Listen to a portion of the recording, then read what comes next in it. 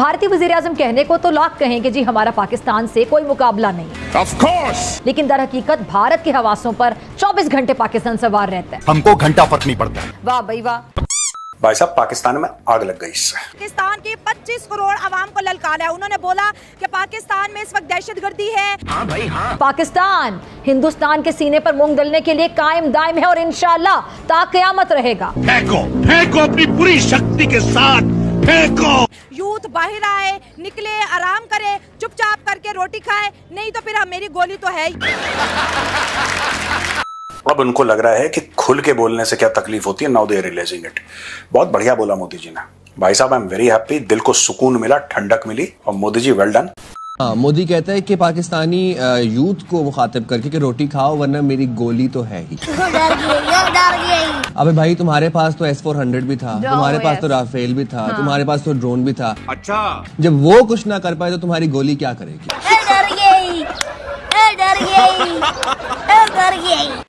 Prime minister Modi ने कोई speech किया, किसी जलसे में ओम से खिताब कर रहे थे। सुख चैन की जिंदगी जियो, रोटी खाओ वरना मेरी गोली तो है ही।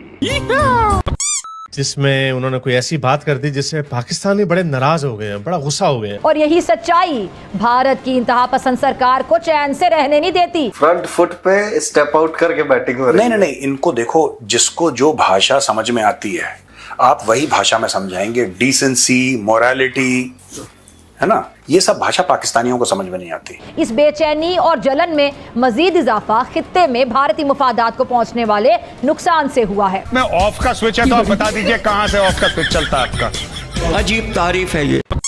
पाकिस्तान के एक जर्नलिस्ट हैं हामिद मीर साहब, जिन्होंने अपने पिछले 25-30 साल का सारे किए किराए पे पानी फेर दिया। मोदी पाकिस्तान की हुकूमत को एड्रेस कर रहा है, ना ही फौजी क़यादत को, बल्कि बराह रास्त पाकिस्तान के अवाम और नौजवानों को कह रहा है कि रोटी खाओ वरना मेरी गोली तो है ही।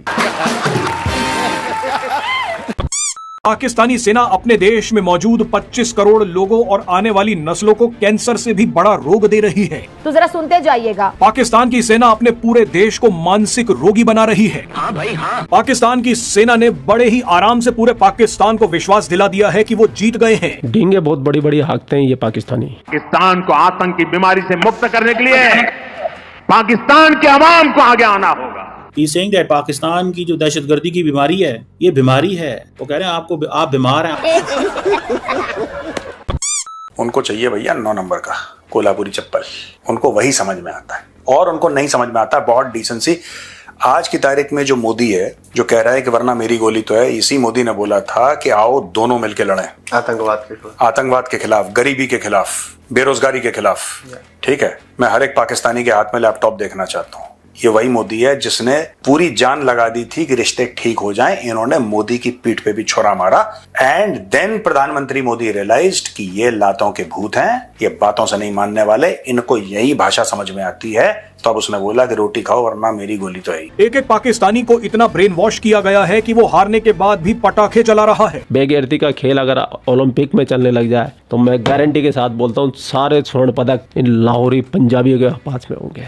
पाकिस्तानी अब बयान दे रहे हैं कि हमें और कुछ करने की जरूरत नहीं है क्योंकि हमने भारत पर जीत हासिल कर ली है। फौज ने दहशतगर्दी को अपनी दुकानदारी बनाया हुआ है ताकि उससे पैसे कमाएं। अगर पाकिस्तानी सेंसिबल लोग ये बात गौर से सोचें, और मुझे पता है कि वो जानते भी हैं, उनमें से बहुत सारे जानते हैं कि वाकई प्राइम मिनिस्टर नरेंद्र मोदी ठीक कह रहे हैं, लेकिन चूंकि पाकिस्तान में प्राइम मिनिस्टर नरेंद्र मोदी के खिलाफ और हिंदुइज्म के खिलाफ और हिंदू धर्म के खिलाफ इतना प्रोपेगेंडा होता है कि वो सच की, खलूस की बात प्राइम मिनिस्टर मोदी के मुंह से कबूल नहीं करना चाहते, लेकिन इस सच को वो खुद भी जानते हैं। इन पाकिस्तानियों ने कई सोशल मीडिया प्लेटफॉर्म्स पर बयान दिया है कि हमारे देश ने इतने जबरदस्त हथियार बना लिए हैं कि हमारी सेना ने दिल्ली में घुसकर हमला कर दिया है। लेकिन हिंदुस्तान में जब पाकिस्तान ने ड्रोन भेजे, खासतौर दिल्ली के अंदर, तो बकौल उनके 40 लोग मर गए अफरा तफरी में। कोई बस से जाके लग गया भागते हुए, कोई किसी गाड़ी के आगे आ गया, कोई मोटरसाइकिल को लगा।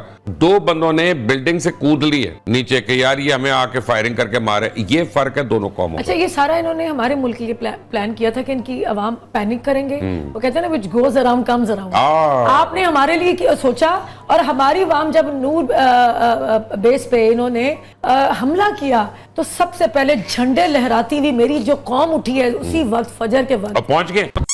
भाई दिल्ली में मिसाइलें गिर गई है, कोई इधर भाग रहा है, कोई उधर भाग रहा है। अगर किसी के पास कोई फुटेज हो, कोई वीडियो हो, कोई खबर हो, कोई भी इतनी सी भी, तो मुझे जरूर बताना भाई। मैं भी देखना चाहता हूँ कि हमारी आवाम कितनी डर गई थी, दहशत में आ गई थी, घबरा गई थी। कई पाकिस्तानी ये बयान दे रहे हैं कि हमारी साइंस और टेक्नोलॉजी इतनी विकसित हो गई है कि हमने पाकिस्तान में बैठे बैठे 70% भारत की बिजली काट दी है। तो उन्होंने तो बर्बाद कर दिया भाई, वहाँ का 70% बिजली का निजाम हैक कर लिया आपने।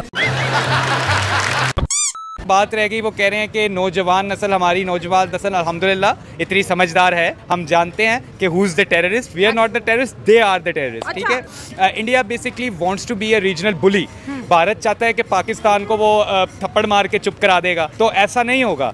अगर उनके पास फौज है तो पाकिस्तान के पास भी इतनी कैपेबिलिटी है, इतनी सलाहियत मौजूद है। अगर तुम पानी बंद करोगे तो हम तुम्हारी सांसें रोक देंगे। तो ये तो हमारी तरफ से एक्ट ऑफ वार के हवाले से बड़ी क्लैरिटी है कि फिर डैम तुम्हारे नहीं बचेंगे। फिर अगर यूं ही मरना मारना है तो कर लो। लेकिन मैं आपको एक बात बता दूं कि हमने ये जो साइबर वॉर थी अब जो हमने शुरू की थी, जिसमें हमने 70% इनके बिजली उड़ा के रख दी थी और इनकी वेबसाइट उड़ाई थी, तो जहन में रख लें कि हमने इनके 2 डैम थे, जिनमें से एक में हमने पानी चालू कर दिया था और एक का पानी रोक दिया था।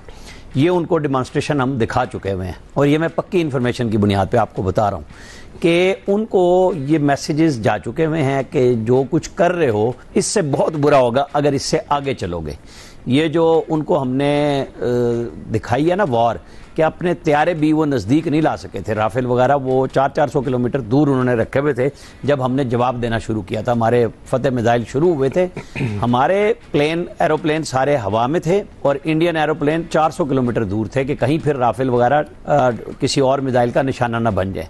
ऐसे नहीं, सुबह 7:30 बजे से मिन्नत तरला शुरू हो गया हुआ था उनका दुनिया भर में। प्राइम मिनिस्टर मोदी उनको कह रहे हैं कि ये जो रास्ता तुम्हारी फौज ने, दहशत गर्दी का रास्ता तुम्हारी फौज ने तुम्हारे लिए चुन रखा है, ये ठीक रास्ता नहीं। प्राइम मिनिस्टर नरेंद्र मोदी गलत बात नहीं कर रहे, और चूंकि प्राइम मिनिस्टर मोदी ये बातें कह रहे हैं, शायद पाकिस्तान की इग्नोरेंट अवाम इस बात को रद्द करे, लेकिन उनको पता है कि ये बात ठीक है। अगर प्राइम मिनिस्टर मोदी के अलावा कहीं से ये बात आए तो उनको ये बात ठीक लगती है, क्योंकि प्राइम मिनिस्टर नरेंद्र मोदी के खिलाफ पाकिस्तान की इस्लामिस्ट दहशतगर्द आर्मी ने इतना बुरा इंप्रेशन पाकिस्तान के अंदर पैदा किया हुआ है कि वो अपने भले की बात भी नहीं समझ सकते, नहीं सुन सकते। लेकिन प्राइम मिनिस्टर नरेंद्र मोदी की बॉडी लैंग्वेज को देखिए और गौर से सुनिए उनकी बातें। वो पाकिस्तान की आवाम के भले के लिए बातें कर रहे हैं, वो पाकिस्तानी आवाम की बेहतरी के लिए ये बातें कर रहे हैं। उन्होंने फिर खास तौर पर पाकिस्तानी अवाम को मुखातिब करते हुए कहा